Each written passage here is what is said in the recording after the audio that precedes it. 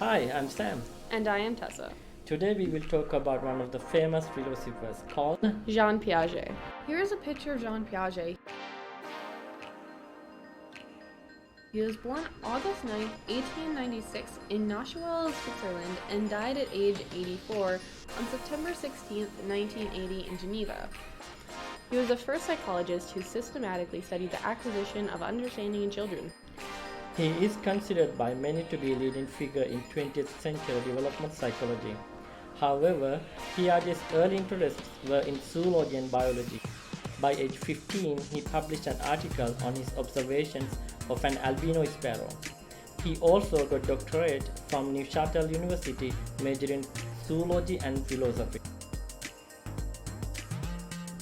However, soon afterwards, he became interested in psychology, especially in epistemology.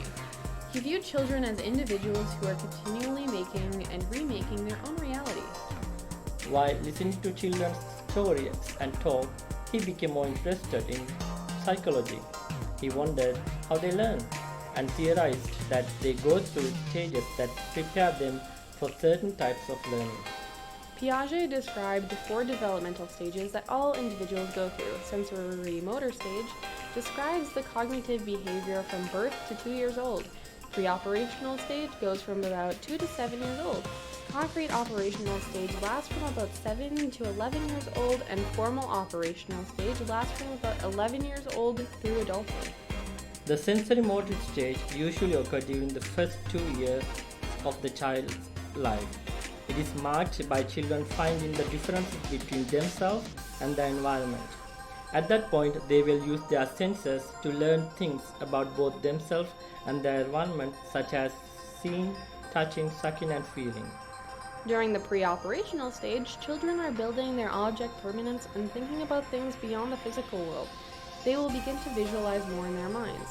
They will also start to imitate others more and put in characteristics to objects or start imagining objects as different things. Things like sticks can either be magic wands or swords. Because of more abstract thinking, children will begin to draw more things that resemble things in the real world. They will also start describing events, people, and items. Concrete operational stage. Children's thinking is less focused on themselves. They are more aware of external events. They begin to understand that their own thoughts and feelings are unique and may not be shared by others and may not be part of reality. But most of children at this stage still cannot think abstractly or hypothetically. This stage is characterized by logical operations such as conservation, reversibility, or classification, allowing logical reasoning. In the formal operational stage, people can formulate hypotheses and test them to arrive at the answer. They can think abstractly and also create theories on what might happen based on past experiences and knowledge. They can also think about multiple ways of solving problems. People in this stage can also evaluate and examine their own actions and thoughts. He also came up with the term schema. A schema is described as a pattern of thought or behavior that organizes, categorizes of information and the relationships among them. Jean Piaget also said that children learn through schemas and that new information is either accommodating an existing schema or by assimilating the new information into a pre-existing schema. And these theories and terms allow teachers to view students as individual learners who add new concepts to prior knowledge to construct or build understanding for themselves. He also provided the idea that children think differently than adults.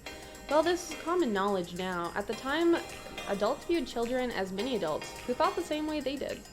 Jean Piaget believed in student-centered learning, with the teacher being more of guide, providing learning experiences and materials that will stimulate and advance students' thinking. He also believed that children learn through experiences rather than simply being told information. This helped shape parts of education today, with us now using more experiences to teach students. Jean Piaget also believed that students learn through peer interaction, formative assessment, and active and discovery learning. With all of this information about children and students, we were able to make schools more for them. By understanding how they learn, we can teach those students better and adapt the curriculum to them instead of expecting them to adapt to it.